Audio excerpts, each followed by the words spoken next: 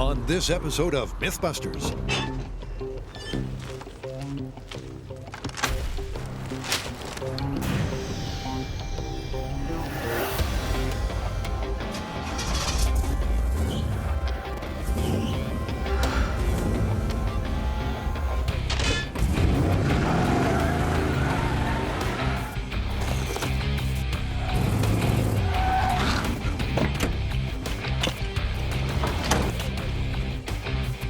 Jamie, I've got a present for you.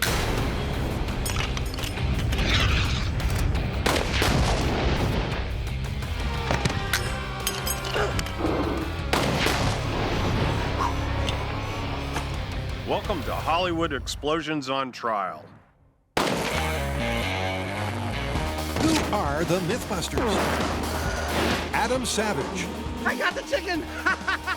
And Jamie Hyneman. What could go wrong? Between them, more than 30 years of special effects experience. Together with Tori Belleci. Let's chop this car up! Grant Imahara. Nothing just touch me! And Carrie Byron. They don't just tell the myths, they put them to the test.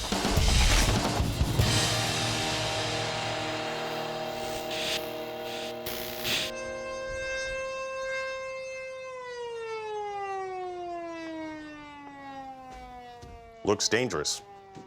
It is very dangerous. This is possibly the most dangerous story we've ever filmed. Fire! It didn't go off. We have a live grenade. We cannot leave this bunker until we deal with this situation. Let me guess, it involves a grenade. You're like a mind reader. Yes, it totally does. Pop quiz, hotshot. What would you do if someone threw one of these at you? Why, you kiss your ass goodbye. That is one solution. Another solution, favored by Hollywood movie action heroes, pull out a gun and shoot it out of the air. That wouldn't be my first thought, but I guess you're either going to set it off or knock it back the other way. Either way, you're going to have to be a darn good shot. And that is where I think we need to begin. Getting some practice shooting things that are flying through the air. Okay. It's a standard action movie move. To protect yourself from an incoming grenade, you take it out midair, where one of three things can happen. It explodes safely, it's rendered inert, or it's sent back from whence it came. Now, when it comes to shooting objects out of midair, that's a sport, actually, called trap shooting or skeet shooting. I think it's this way. Pull. And when you want to do that in the Bay Area, Pull. you come here, to the Coyote Valley Sporting Clay. You must be Dave. Our teacher today is Dave Radu. Pull. He's been an instructor for 16 years, and he's going to teach Jamie and I how to rid the world of the scourge of clay pigeons. So, Dave, how's all this work? Well, we have a machine right here behind us, and all we do is push the button here and launches a target. Oh, that's fun all by itself. It's more fun to break them, though. It would be an understatement to say we've fired a lot of guns in the course of doing this show. You'll come across. Over the years, we've fired pistols, rifles, cannons. We fired from moving cars at moving cars. I'm feeling pretty shot up. We've even fired bullets at other bullets. But this time we're trying to hit a moving target in midair. Pull. We were close, but not close enough. Training on clay pigeons so that hopefully we can hit a grenade. Pull. If they can't even hit a moving target, then the myth falls at the first hurdle. Pull. And at first, it's not as easy as Hollywood would have us believe. Yeah, I was a little behind it. But they've got a great teacher. Pull. Nice shot. Fantastic. Very nice shot. Oh. There we go. Hey! Beautiful shot.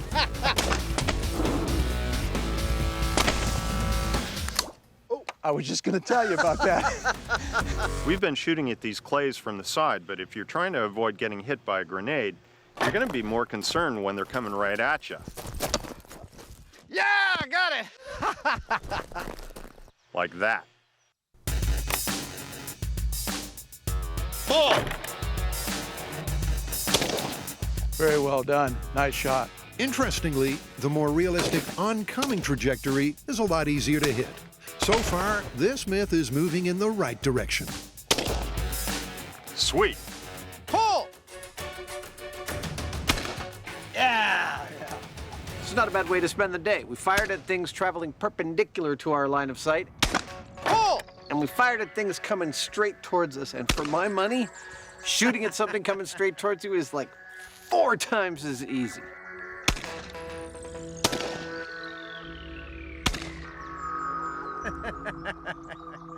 So, Adam, Yes, sir.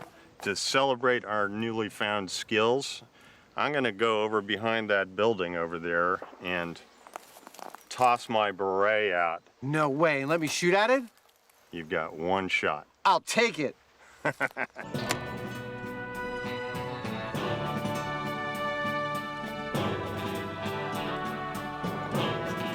Pull!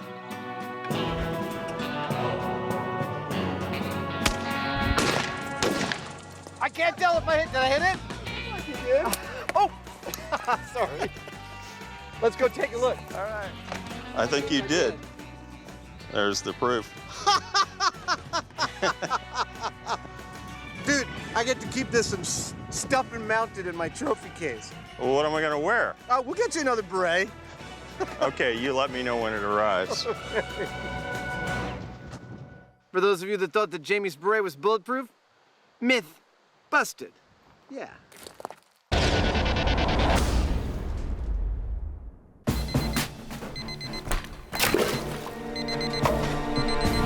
Seconds from disaster? I'm not sure I like the sound of this one. No, this is gonna be a good one. This is that old cliche Hollywood device where the hero finds himself in the possession of a bomb that's about to go off. Candygram.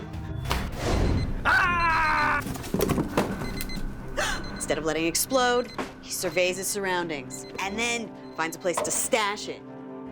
Like a filing cabinet or under a mattress, it goes off and he's unharmed. The question is this gonna work in real life? Can you stash it, dive, survive? Well, it sounds like we're gonna have to set off some explosions. You know how much we hate that.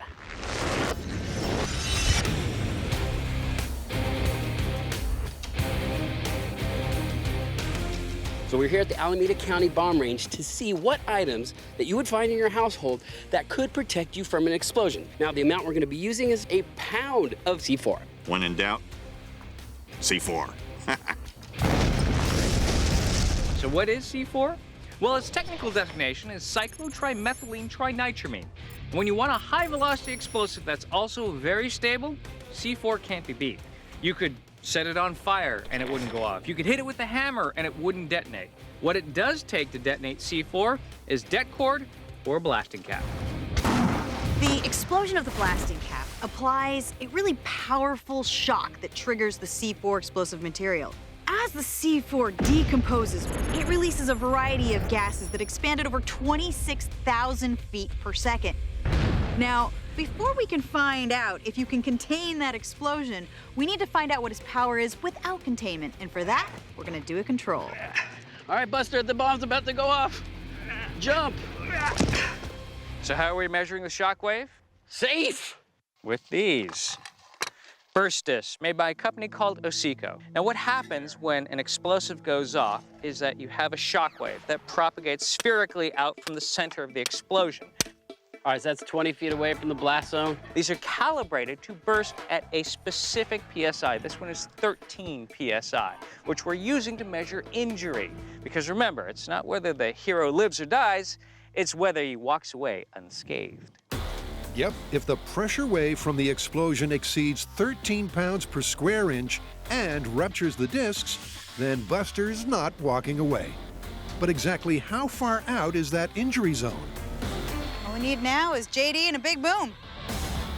Bomb tech JD Nelson has the control rigged up to find out. And back down in the bunker, it's time to count down. Ready? In 3, 2, 1. Whoa, that was Good one. I felt that one.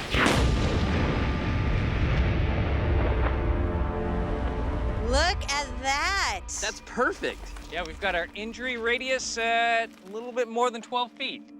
So we've successfully identified the injury zone. For our experiment, this is at 12 feet. At 14 feet, the disc didn't go off, so he'd be safe out there.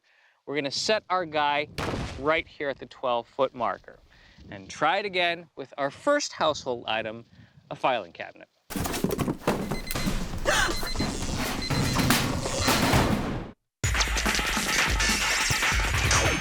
Pull! So we're done with skeet shooting, and we didn't do too bad. Yeah!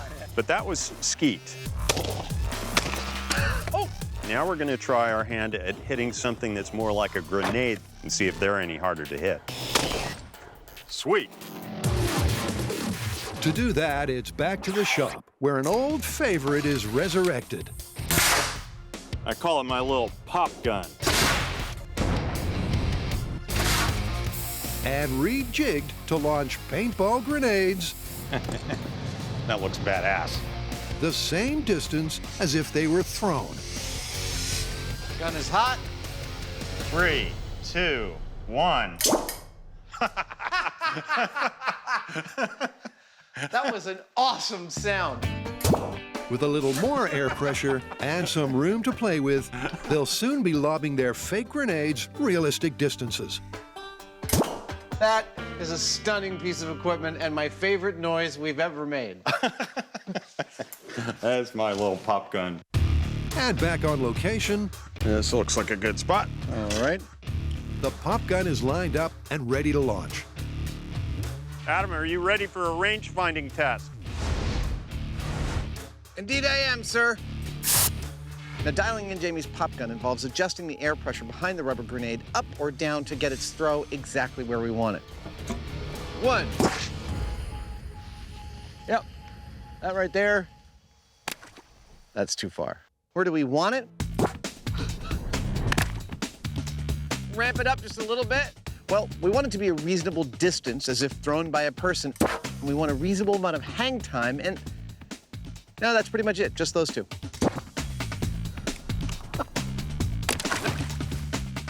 Perfect.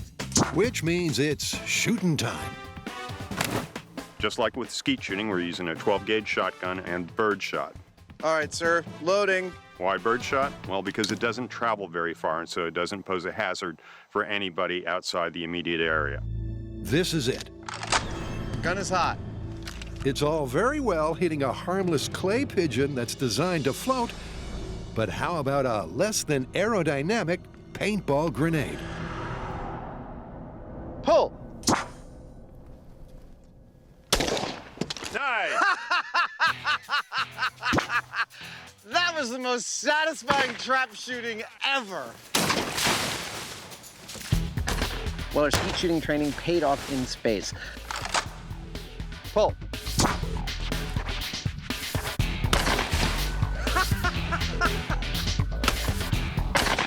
I was able to knock 4 out of 5 paintball grenades right out of the sky, as evidenced by their carnage here on my board. I watched it rain down on me. But a paintball grenade doesn't kill you. Pull. And I have no idea what, if anything, birdshot would do to a real steel grenade. Yeah! Nonetheless, I still feel pretty satisfied with myself. So the thing is that birdshot spreads out in this large pattern that makes the odds relatively high you're going to hit your target. And on top of that, I bet that birdshot's just going to bounce off a steel grenade. It's not going to do anything to it. So what we really want to know is what the odds are of actually hitting an incoming grenade with a single bullet. And then, of course, what's the likelihood of you being able to disable it as well? All right, sir. I'm ready.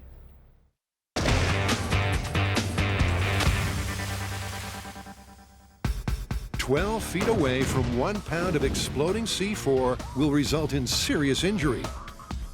But Hollywood would have us believe you could walk away unscathed. You got this from Jamie's office? by dropping the ticking time bomb in a handily located, supposedly boom-proof container. I'm trying to find my contract right now. Like a filing cabinet. Okay, so this is our same 13 PSI injury indicating burst disc. I don't remember agreeing to washing Jamie's mustache. And remember, with no containment devices, 1 pound of C4 caused this disc to go off at this 12-foot range. Well, I'll be damned. I guess I have to wash his mustache. The goal here is to see if the containment devices serve as some kind of protection. And to indicate that, if this disc does not go off, then that means, you know what? There's no injury at this range, and they did their job. But there's another injury consideration to take into account.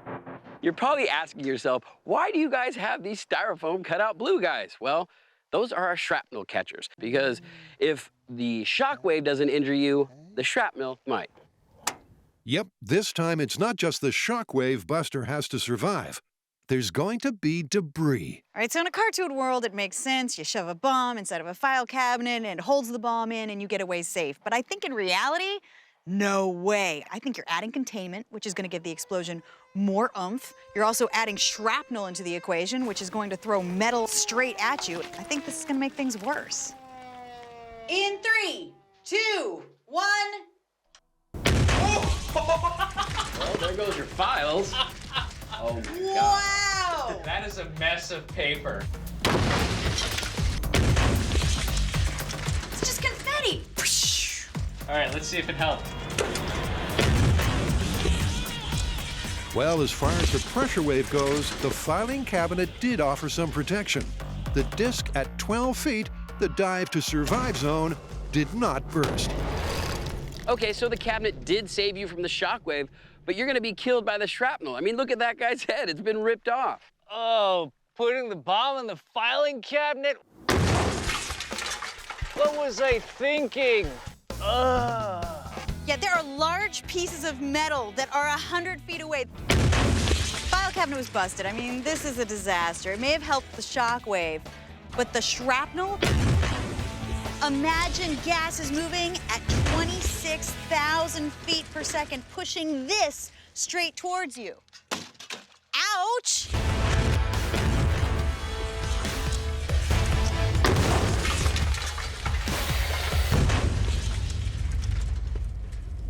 Will you take this? Now we're gonna move on to a bed.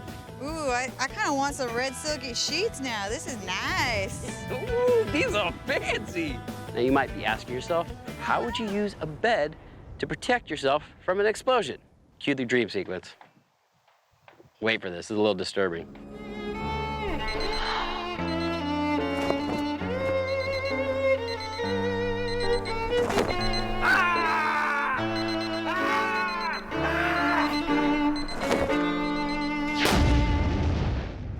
That could work.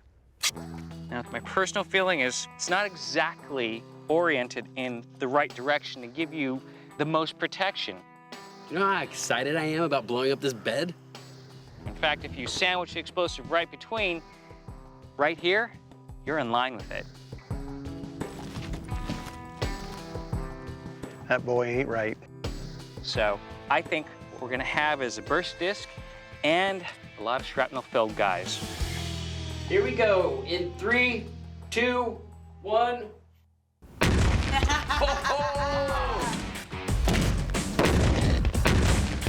That was really interesting. All the energy went up and I didn't see any shrapnel go out towards the guys. I will be so shocked if stuffing a bomb under your bed actually saves you. You've got to be kidding me. I think we might have found something that's actually bomb-proof. Yeah, I mean, look, the burst discs aren't even burst. And the shrapnel catchers? Well, they caught nothing but a gentle rain of mattress stuffing. And Grant has to fess up. Okay, I admit it, I was wrong. I'm absolutely astounded at how well the mattress worked at both absorbing the shockwave and preventing deadly shrapnel from hitting our guys. And if you look at the high speed, you'll see exactly why. All the energy went straight up into the air.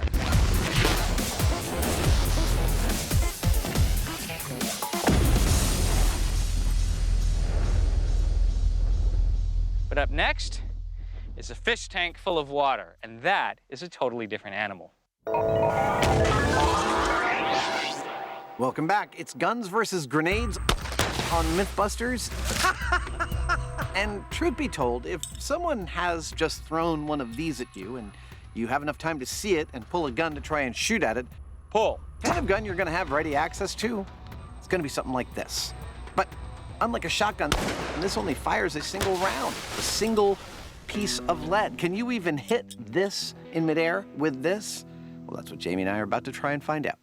This time they're using a real but inert grenade. But there's a hitch with the gun. The shooter stands here. Firing a real one can't be done safely. Hand grenade lobber goes here. We've chosen this spot because it's miles away from habitation. But even so, we're loath to shoot anything straight up in the air other than bird shot. And with that in mind, we've chosen paintball pistols to do our test. Because if we can hit them with those, we should be able to hit them with a real pistol. All right, sir. I'm ready. Equally, Okay, here we go. Throwing the grenade in 3. if they miss with the paintball pistol, they're likely to miss with a real one.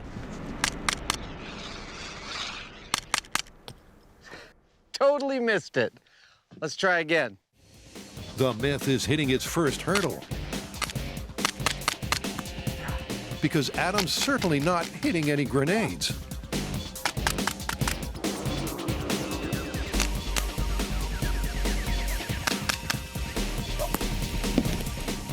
I ran out of ammo. I got close, though. They've proven the wide spray of shotgun shot works. But the silver screen scene in question usually involves a weapon firing a single bullet at a time. And that's proving very, very difficult. Oh! I got it! But not impossible. There is paintball paint on that puppy. Can be done. It can be done. It can be done. I was really starting to lose hope there. I would have killed you 20 times, but eventually you would have got it. I'm ready. Look, if someone's throwing a grenade at me, I'm gonna use anything at my disposal to try and save my life. If that means fruitlessly shooting a whole clip of rounds at that thing with a 1% chance of hitting it, I got it. I'm gonna take those odds. Nice! Right in the middle. Beautiful. But the real question is, what happens to a grenade when you hit it with a real bullet? That's the question we're gonna answer next.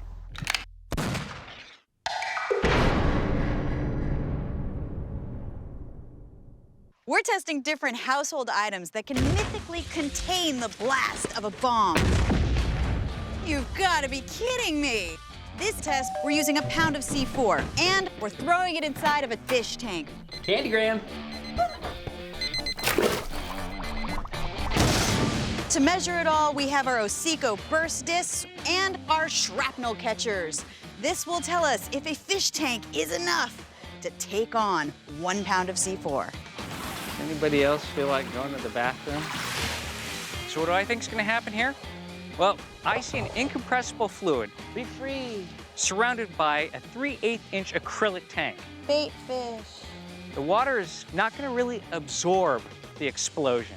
Rather, it's going to transmit that out to the edges of the tank, which is going to shatter into a million razor-sharp acrylic pieces. Personally, I just don't see this saving anyone. I think it's going to really send some shrapnel everywhere. In 3, 2, 1. Oh my God, that was awesome!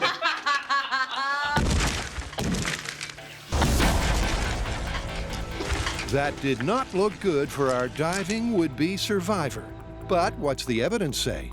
Wow! That was spectacular. Dude, look at this mess. The damage is not nearly what I thought it was gonna be. And the Osico disc survived, which means our hero would have survived the shockwave. Yeah, and look at the guys. I mean, there's no shrapnel in them. They look relatively unharmed. I think all of us are pretty surprised by this result.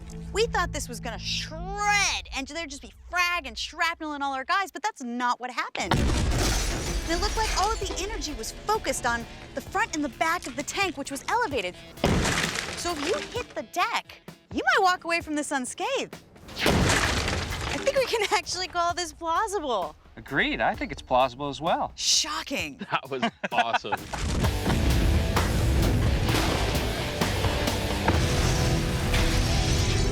But they're not done yet. Next up is This, a wall safe. Now this is the strongest thing we have tested so far. It's a steel box with half-inch thick walls. The scenario is this. You have a bomb about to go off, you throw it inside the safe, you close it, you get out of the way. Now we've taken extra steps to make sure this is as realistic as possible. That safe is half-inch thick steel all the way around. We built the safe into a wall. It's designed to be something that's not easily open. We put insulation in the wall. It's like a giant fuzzy caterpillar. The explosive is gonna have to expend a lot of energy in order to get to the guy. I love what you've done with the place. I think that the safe is going to protect against the shockwave, and I think the guy's gonna be okay. In 3. So the question is, will this be the winning combination that keeps him safe? 2. Well, if he survives that pun, anything's possible. 1. Oh, wow. And raining down shrapnel. I'm pretty sure that was the opposite of safe. Yep, although the shockwave was funneled away from the discs, leaving them intact. Wow, that is total devastation. That's the least of our Hollywood heroes' problems. Look, the safe door is in the side of the mountain. There is just like spears of wood sticking into the guy. He's covered in shrapnel. It's the fragment pattern that's key. Unlike the aquarium, the distribution was thorough, and the obviously lethal projectiles took out everyone. Well, bombing a safe clearly did not work out so well.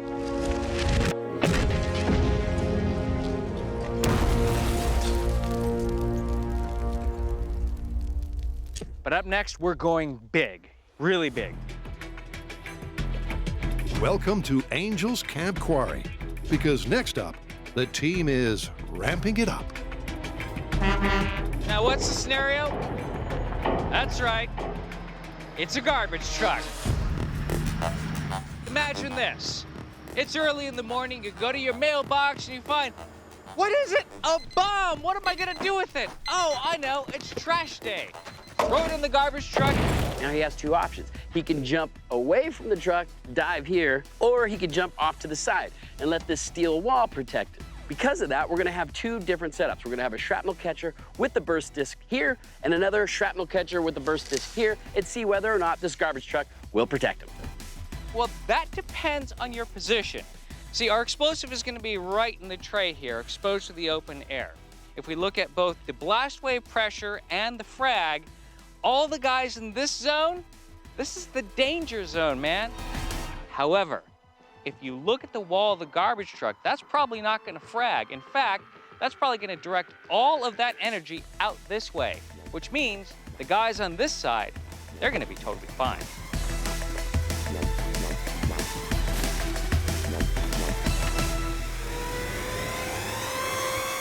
All right, here we go with 1 pound of C4 in the trough of a garbage truck. In 3, 2, 1, fire.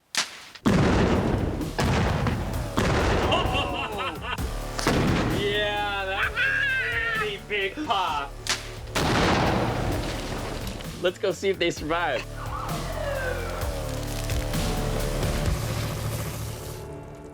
Well, I think it's obvious you don't want to stand behind the truck. This guy's blown to bits and the Seco disc is blown.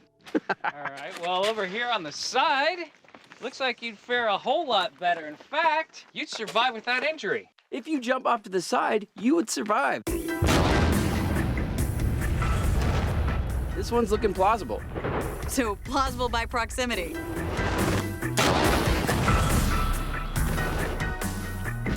So what have we learned from this experiment? Well, when selecting a household item as a potential bomb disposal area, it's important to look at where the energy is going to go.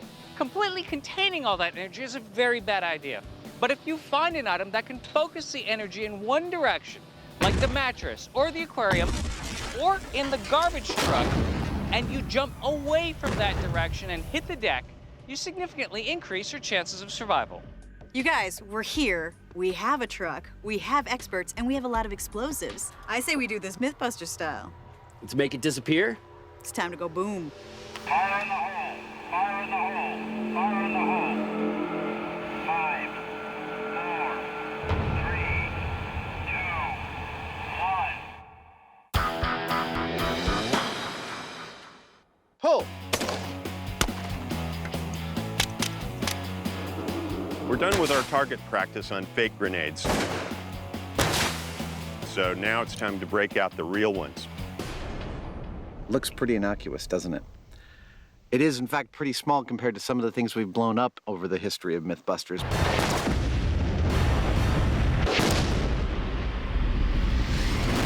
But in fact, these grenades are incredibly dangerous and have all of us in our bomb techs quite nervous. So in order to properly experiment with these, we have come to a large tract of private land in Gold Country, east of the Mythbusters shop, where we have thousands of acres of clear land all around us in order to experiment with these. God, I love operating the big machinery. Countless times on this show, we have armored ourselves behind these blast chamber panels to watch dangerous things happen, hopefully right on the other side. Perfect. That's perfect. I love it. But this setup, where our blast chamber panel is bordered on both sides by inch-thick plates of steel, this is the most armored we have ever required ourselves to be out in the field. That's because it's not just an explosive pressure wave they're dealing with. The steel body of the grenade is designed to spray lethal fragments at over 25,000 feet per second in every direction. And the nightmare scenario is a misfire. To prepare for that, Jamie's recreated his own nightmare. Normally, bomb disposal robots cost around 100 grand or so. This is my version. Behold the bomb, baby.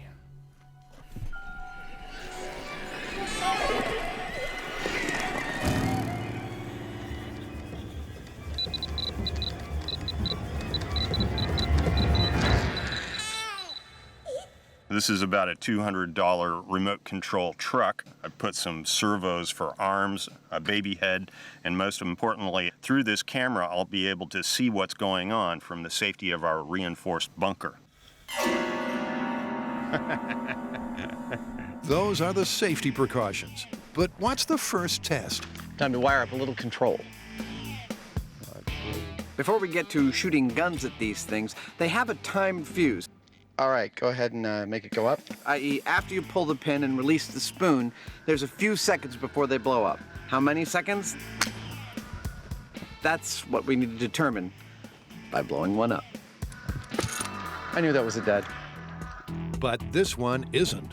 Blaine, the bomb tech, pulls the pin and then traps the spoon of the live grenade in the tube. When it's raised, the spoon will pop, And we're hot! the delay fuse will light, and we'll find out exactly how long it takes a grenade to go boom. I feel quite tense about this. We're all ready? Yep. Everybody's clear? Here we go. Going up.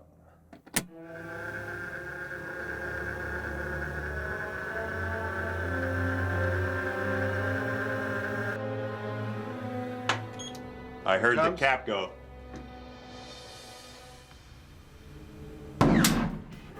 Wow. I heard stuff hit us. That was intense, man.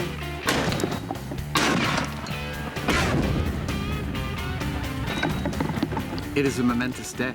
Why?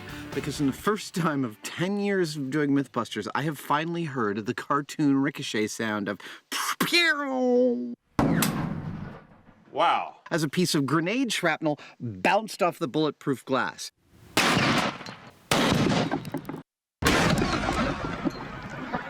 The bulletproof glass thus saved my and Jamie's life. Just what it was supposed to do. The key reason for this test was to check our timing, because we need to know how much time it takes for the grenade to go off once the spoon pops up. That was 5 seconds exactly.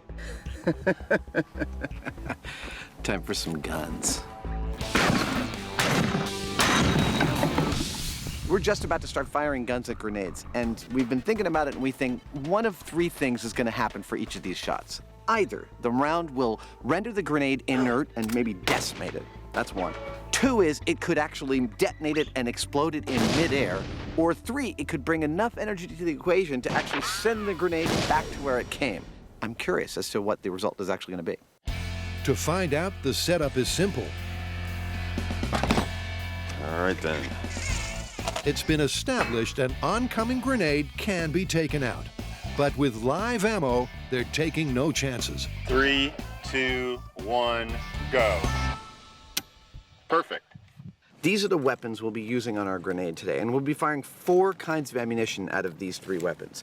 We've got a .308 round, a .45 caliber pistol round, 12-gauge deer slug round, and a 12-gauge double-aught buck round. Well, it looks pretty dead on. I'll leave the rest to the bomb squad. Now here's where things get interesting. I think the .308 round is going to be by far the most effective round against the grenade. But its rifle is by far the most difficult one to hit a grenade in midair with. While at the other end of the spectrum, we've got the shotgun, used for trap shooting, the easiest weapon to use to hit a grenade in midair. But I think this, the double-aught buck round, will be the least effective against the grenade. But wait, I hear you asking, where's the spoon? Where's the pin? Where's that complex mechanical thing you built for setting this off like real life? Here's the thing, we looked at the whole experiment and just working with grenades made us feel so wiggy. We are in fact going to set off these grenades electronically from the safety of the bunker. It's functionally identical to the operation of the grenade the other way, and it's a lot safer. First up, the shotgun and the lightweight buckshot. Okay. Arming. Will it detonate the electronically triggered grenade? Armed. Or render it inert? 3, Or even knock it back 30 feet? 2, Cartoon style. 1, fire. Where'd it go? I don't know. It didn't go off. Crap. Yeah. We got ourselves a situation now. The grenade's delay fuse was remotely triggered, Adam fired the shotgun, and the grenade was knocked off the stand. But there was no explosion. And now, somewhere out there, we have a live grenade. We cannot leave this bunker until we deal with this situation. You want to fire up the baby?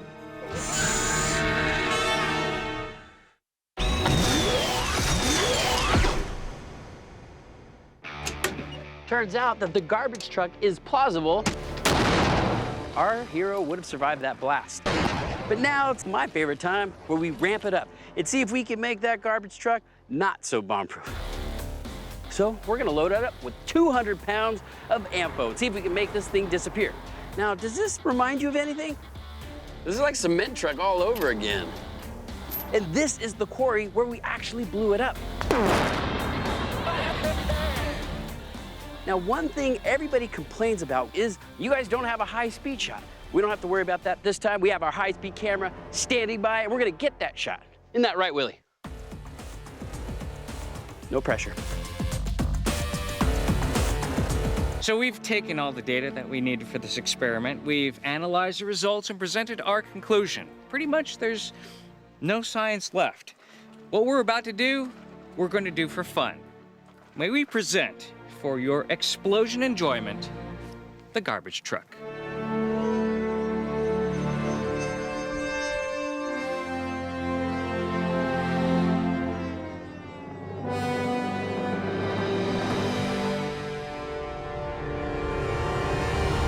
This is Garbage Truck versus a whole lot of info. In 3, 2, 1.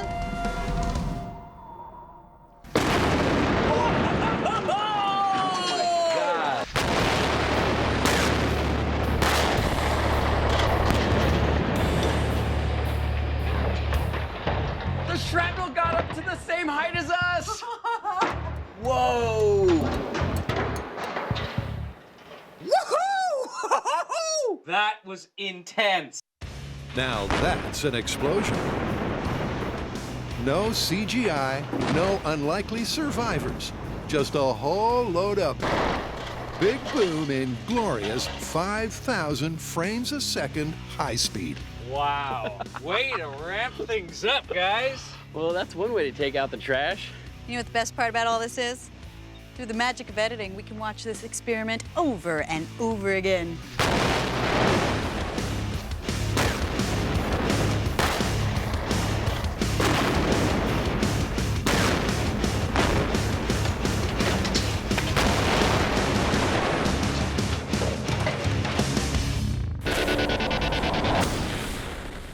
Fire!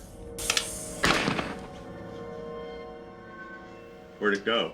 It didn't go off. But why? Before they fire up the bomb baby, Adam fires up the high-speed camera. Oh, criminy, Jamie, come here. Dude, watch this. No more grenade. Well, we don't have a live grenade out there. We've got a bunch of dust. Wow. I totally did not see that coming. Darn, I wanted to wake the baby up. That's a result. Unbelievably, it seems that you can indeed shoot a live grenade and render it inert.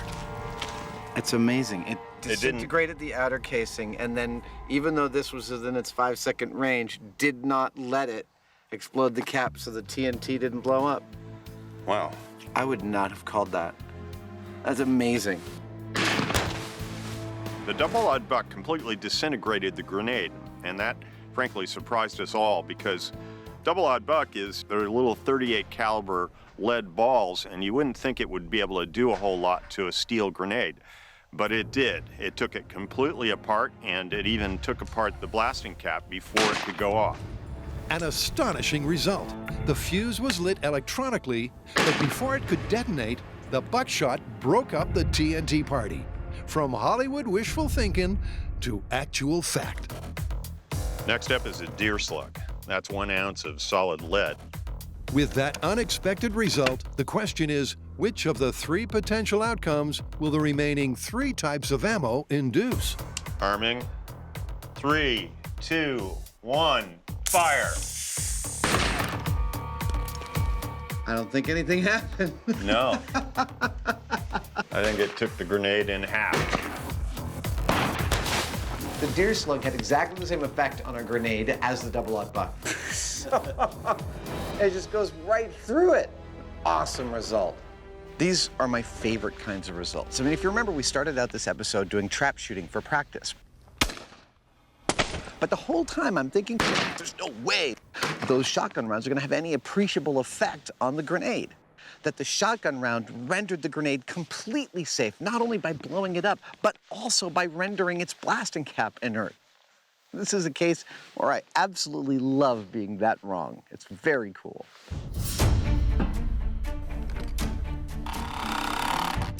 Next up is a .45 caliber round pointed at the grenade. If you remember, only very recently we discovered it's a lot harder to hit a mid-air grenade with one of these than it is with one of those easy shotgun rounds. As to what it's going to do to the grenade, you ready? Okay. 45 ACP. 3, I expect it to have a very similar effect as the double-odd buck. 2, I think that the .45 cal round is going to turn that thing right into dust. 1, fire! Hey! It shot it right up the thing. The cap went off, but the grenade didn't. We knocked the grenade off the stand. It looks like we split it in half. So we didn't stop the cap from going off, but we did stop the grenade from blowing up. That's cool. That is very cool.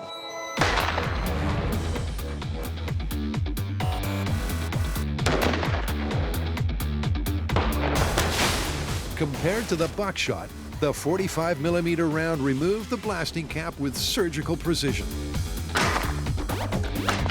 Either way, it's another myth-confirming result.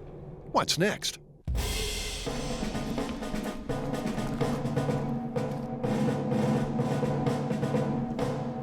Now we're gonna bring some real energy to the equation by using a 308 sniper round, full metal jacket. There we go. As to what this is gonna do to the grenade, I've been wrong for everything so far, so I'm gonna say I have no freaking idea. 3, 2, 1, fire. The grenade went boom. We didn't disintegrate it, it blew up. I think so. Let's look at high speed. Okay. The high-speed camera, the scalpel, the microscope, the light, the multi-tool for tackling time. There it is. And what it shows is The grenade ignited the second that it penetrated. That is a thing. The blasting cap inside a grenade is actually somewhat shock sensitive. And the 308 round is a very, very high-speed round. And that speed translates directly to a certain amount of energy being brought to the equation.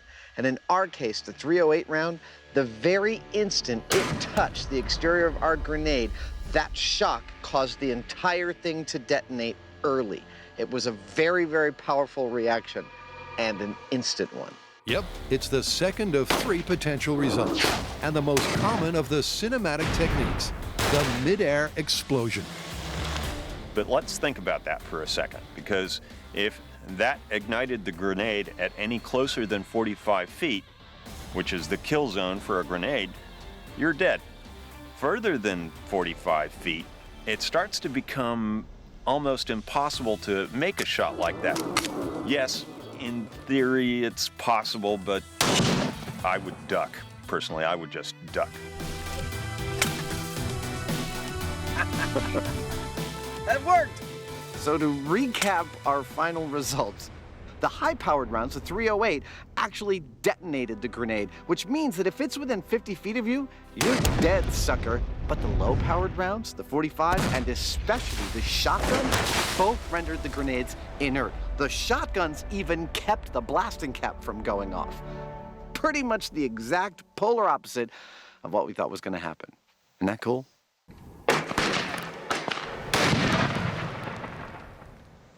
So where did we stand with the original question of whether you can protect yourself from a grenade using a gun? I think we found handily that that is totally the case. Moreover, the weapon that rendered the grenade the most inert was the one that was easiest to shoot it out of the air with, the shotgun. Yep, so it's plausible. Totally plausible. Let's get out of here.